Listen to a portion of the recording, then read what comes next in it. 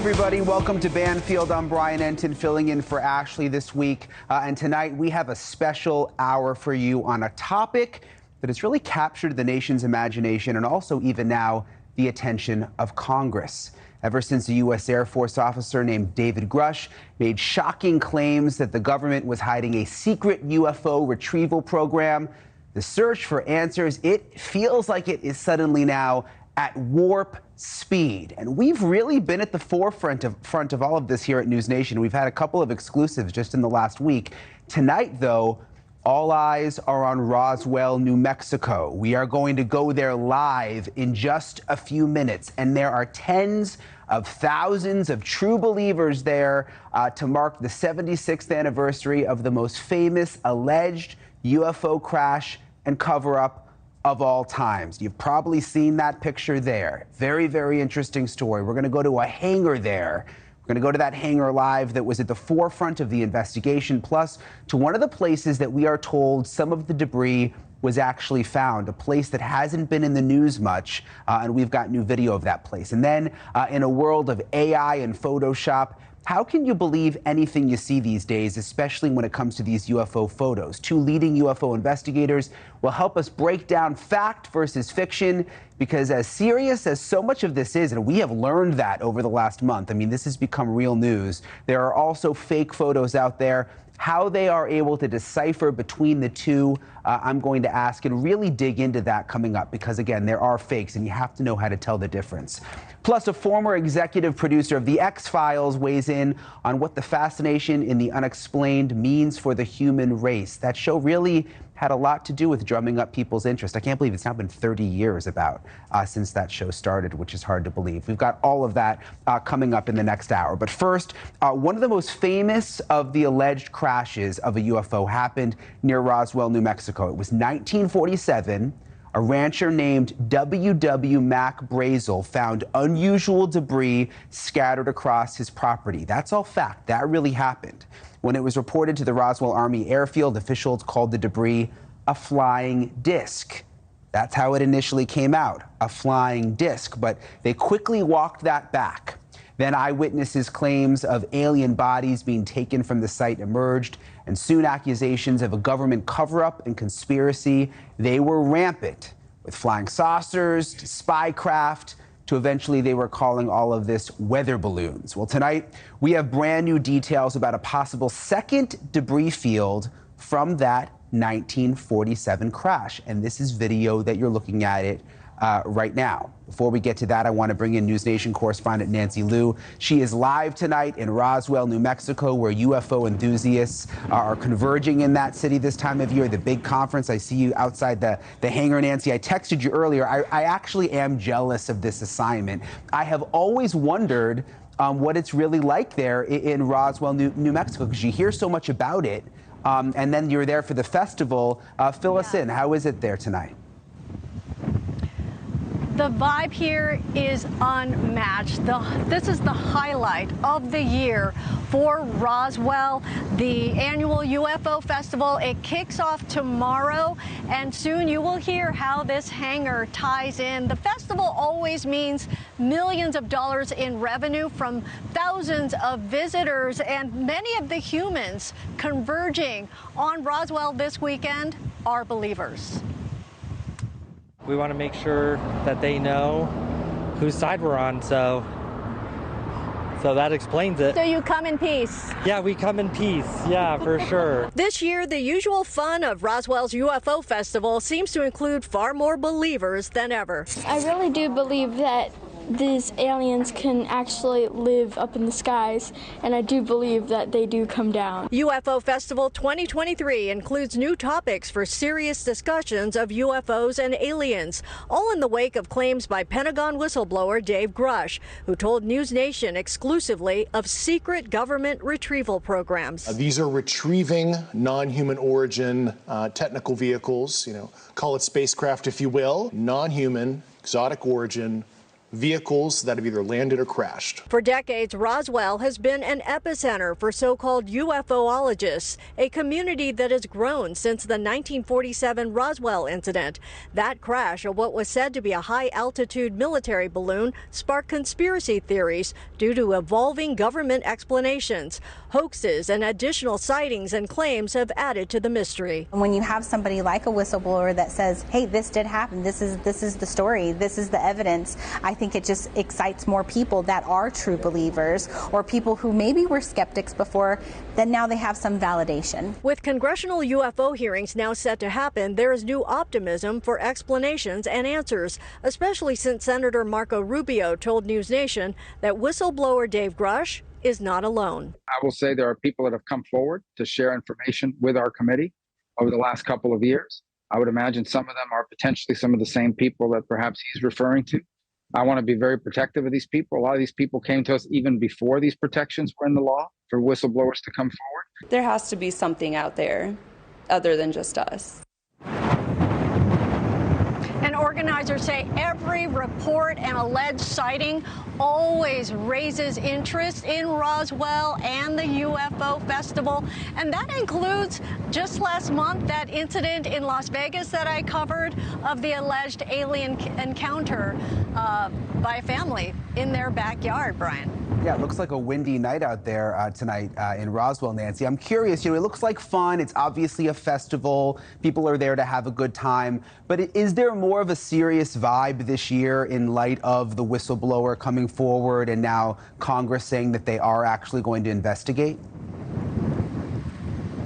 Absolutely. I talked to quite a few people around town today. Many of them kind of conveyed a sense of vindication, kind of like, I knew it. I mean, that they've always been believers, and they've always thought that there's something that's being covered up that we're not being told about. So yes, the majority of people I talked to, in fact, all of the people I talked to today, are believers, and they believe that there's been a major cover-up. I've always wondered, is everything UFO themed there? Because I know when you drive into town, there's that big UFO on the sign. But is it a cool little town? Absolutely, yeah. There are aliens all over the place. There's a great mural with a spaceship, and yeah, everywhere you go, there are alien images and spaceships, and there's a great mural where you can step on a spot and wait to be beamed up. And I waited for a while and didn't get beamed. Yeah, and look, I get that it's fun. It's a festival, Nancy, but obviously there are some serious allegations right now, and it's become a very serious matter in the last month or so. Nancy Liu, thank you so much. We appreciate your report tonight. In 1994, as we were mentioning, the Air Force published a report to try and put the famous Roswell incident to bed once and for all. It's a report our UFO whistleblower David Grusch was asked about. He's read. He has had a few choice words about that report. He spoke about it during his interview with us. We want to remind you of that moment. What can you tell me about the Roswell craft? Fortunately, those details were not approved for me to talk about right now. That analysis I did was a total hack job, and even anybody with analytical skills, if you read it, you can deduce that they're conflating multiple situations with crash test dummies and mogul balloons, and they're just saying that the townsfolk who personally witnessed it were totally imagining things. They concocted that whole report just to disinform. So the reason for the secrecy exactly is what? Feudalistic dominance, who can have both asymmetric technology for, it seems like, just fueling the war machine. It just read ridiculous to me that the US Air Force had changed its story. Yeah, and they added additional elements over time and tried to conflate additional programs to explain some of the events. Yeah, and that picture you see right there keeps coming up where they're showing the pieces of whatever they found. Interesting that David Grusch called it a hack job and is apparently familiar with the reports. He wasn't able to go into details. Obviously, he had this top security clearance. So when we asked for details about what happened in Roswell and also some of the other specifics, he wasn't able to elaborate. Tonight in a NewsNation exclusive, there are new details actually on a second debris and recovery field now coming to light.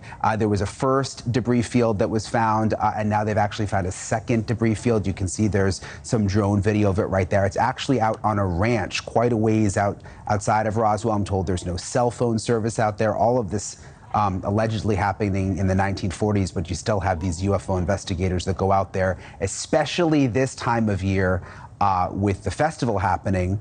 They travel out. They have metal detectors, and they go out in groups, and they try to find debris that may still be out there or any kind of remnants. Among those investigators joining me now, Don Schmidt.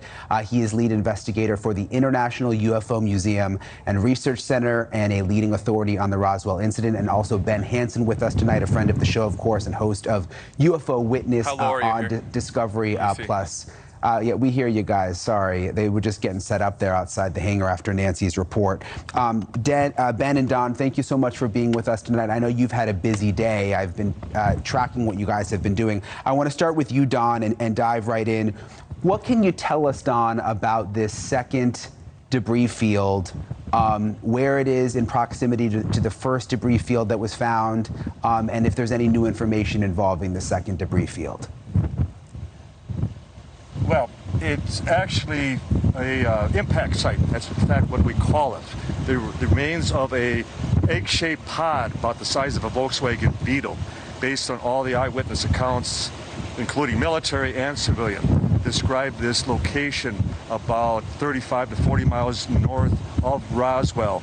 And it's where this pod and its crew, a number of bodies, and a survivor, based on, again, first-hand testimony, were recovered back at the time of the incident. Ben, when you go out to these sites, when you went out to this second debris field, as it's been called, I mean, what can you do now since it's been so long? How do the metal detectors work? Sort of walk us through the process when you and the other investigators go out there. Well, it's actually been really exciting for us because I've been out now about 3 or 4 times to the site, which is near Corona. That's about 2.5 hours out from Roswell, the actual, what we call the debris field. The new site, though, like Don says, is kind of the impact site, which is only about 40 minutes outside the city. And we go out there, we try to systematically, see from Corona in towards town what kind of direction it may have been going, and therefore where we want to focus on the scope of the ground search. We had a backhoe, we had several people doing kind of grid searches. We don't even know if this material is metallic. So that's a big problem, right? So as we're searching anything that looks anomalous, we take that, we mark it just like you'd be, doing a crime scene investigation, and then we go get it analyzed to see if anything, shows up that would be not even just necessarily exotic material, but something that could have been made here but seems out of place. I mean, we're looking at every possible option right now. Don, has anything of interest been found out there? I mean, I would have to think, if the reports are true that something crashed out there and the government was involved, I would have assumed that they would have gotten everything back then. I mean, are there still items to be found, do you think? Well, we would not be wasting time if we didn't feel that we could make at least certain confirmations. We certainly have plans to return back to the debris field, and mainly because there were traces, elements, artifacts that were discovered for decades thereafter. And that was an area that covered almost a mile long in scope. And as a result, as any crash investigator would tell you, that there's absolutely no way that they could possibly recover every last piece of evidence. And so with the constant wind and rain erosion, that things come to the surface. And as a result, the Air Force has been out there for decades as well. In fact, the ranchers would confirm that they have been catching Air Force officers out there, even into recent times, still searching and making sure that every last piece was recovered. Ben, I would imagine a lot of the people who may have been witnesses back in the 40s have now passed away because it's been so long. Is there anyone still alive? I mean, is someone documenting what they said?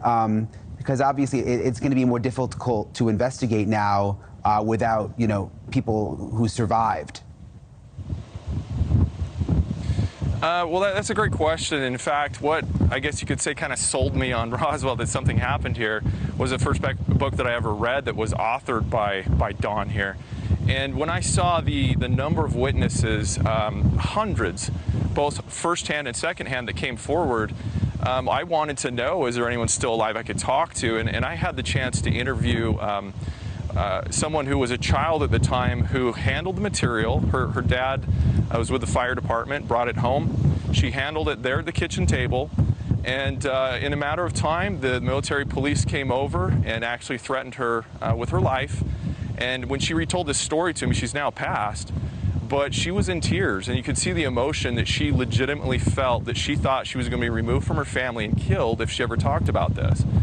So I had another witness, the son of someone who, again, problem is they passed away, but they have affidavits from so many of these people whose father was part of what they call the Air War College that happened the next spring. And he was invited out to Wright-Patterson Air Force Base, where we know a lot of this material went. Anyways, he handled the debris from Roswell and told his sons right before he passed away that he saw bodies. And one of them actually was still alive. It was not human-like, but not human. And that they were asked to kind of weigh in on what they should do with the situation. So I think when you put all these together, it makes a really good case that why would people, even though they're passed now, on their deathbeds, make these confessions to their own children, and some of them have so much emotion and traumatized by it yet, today. When you talk about bodies, I mean, it's hard to process. It's honestly hard to believe. But I go back to David Grusch, the whistleblower who we interviewed here on NewsNation, who is a high-level intelligence officer, had top security clearance. It's now been weeks. No one has discredited him. There are now official investigations in Congress. We had Senator Rubio just a few nights ago saying that other whistleblowers with firsthand knowledge of these kinds of incidents have come forward. I'm curious, Don, because you've been doing this a long time. Do you think this is a moment that we're in? I mean, do you think that we're actually going to start to get real concrete information from the government about this stuff? My biggest regret when we worked with the late Congressman Stephen Schiff of New Mexico back in the early to mid-90s, when a good many of the first-hand witnesses were still with us here at Roswell. And we couldn't get Washington to pay any attention. And how unfortunate that all those witnesses are now long gone. And so we missed a golden opportunity, because Roswell is the one case, not only being the granddaddy of them all, the fact that it's beyond just a sighting or gun camera footage or a landing where it's something very fleeting. With Roswell, it's clearly a case of show us the bodies. And these witnesses are gone. So we're having to rely on the very arbiters of the cover-up, and that being the Pentagon, to now roll over and say, well, now we're going to finally cooperate, when they have been the ones that have been running out the clock, stalling for time all these decades. And I can't emphasize enough, we need to keep in mind that the Pentagon is up to 4 official explanations regarding Roswell. 4.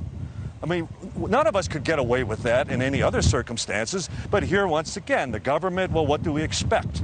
But we have to focus on where all the eyewitnesses have taken us, and they have taken us to that very first explanation, and that was that this was the recovery of an actual flying saucer.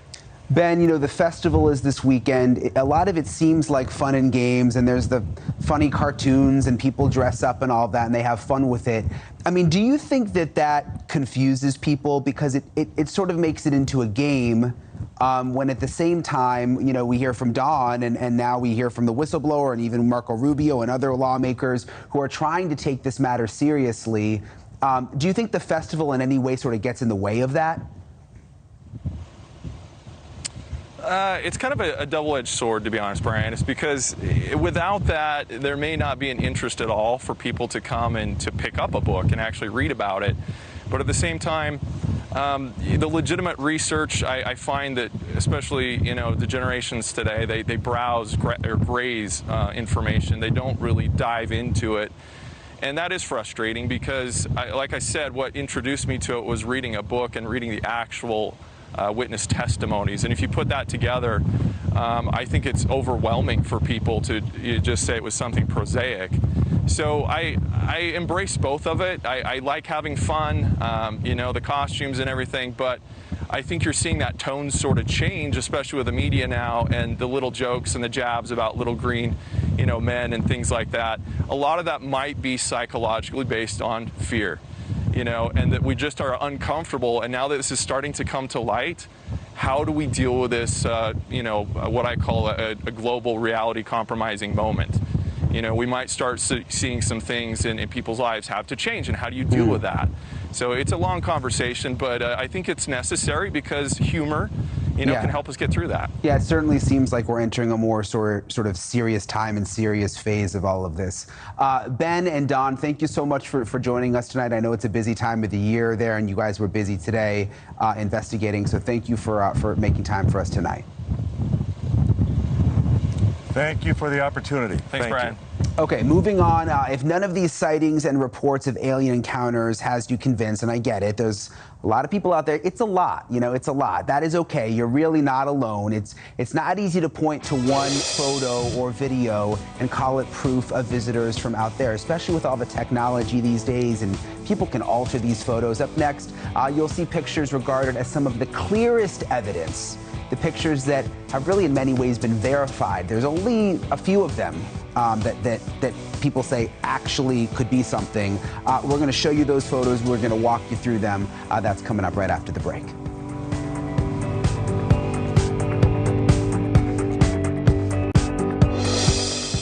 All right, it may be the summer of Roswell in New Mexico, but for people who track unexplained sightings and reports of mysterious visitors, it was definitely the spring of Las Vegas. Remember, it was the last night of April when a family in Vegas called police after seeing and hearing a crash and described what they called very tall, shiny non-humans. A police body camera captured a streak of light across the sky that night. But that and the family's account of what happened are the only things in the evidence column for Vegas sighting 2023. There wasn't much more. I want to bring in James Fox. He's a longtime UFO investigator and producer of two highly regarded films on the subject, The Phenomenon and Moment of Contact. James, thanks for being with us. First of all, what do you make of the Vegas incident? You know, it was reported on quite a bit.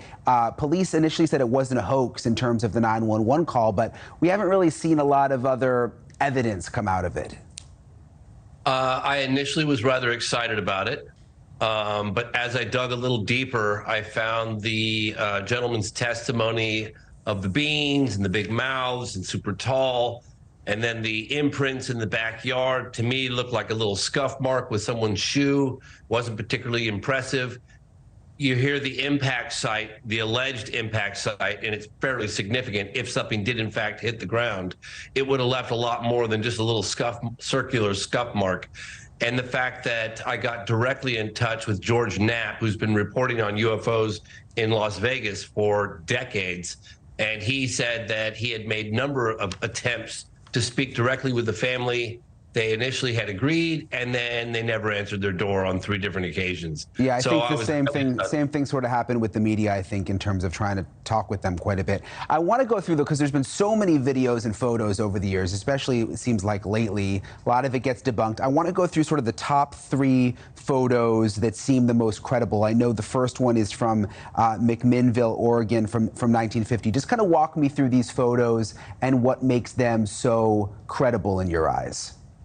So a lot of people say there's just a lack of, I just heard Michael Shermer, the skeptic, say it's always a friend of a friend who saw something, or the friend saw something, and it's anecdotal.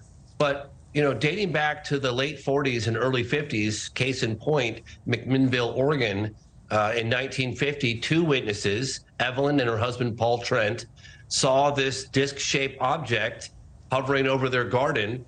And Paul grabbed his camera and snapped off 2 or 3 really good shots. Those photographs have been analyzed to death, including part of Project Condon and Blue Book, and there was never determination that they were bogus. They were authentic, broad daylight, points of reference, multiple eyewitness photographs of what appears to be a disc. Those look clear. I don't want to rush you, but we only have about a minute left, so I want to get to the other photos. Tell me about 1965 Santa Ana, California. It was a highway worker by the name of Rex Heflin. He was identifying potential hazards in the road. He had a camera with him, a Polaroid camera, and he snapped off 3 or 4 shots of a disc-shaped craft. Those 2 have never been debunked. He maintained his story till his death. And they're very good broad daylight points of reference, again, photographs. And what about 1990, the photo from Scotland? So those photographs I heard about in the late 90s. I interviewed Nick Pope, who investigated UFOs in an official capacity for the Ministry of Defense. And I said, what were some of the best cases? And without hesitation, he went to this case that took place in Scotland, but there were 2 witnesses. They took 6 photographs. The object was hovering stationary in the sky for some period of time before a Harrier jet went round it. And then when it took off vertically at a tremendous high rate of speed, according to the witnesses. And there were 6 photographs taken. The MOD took over the investigation.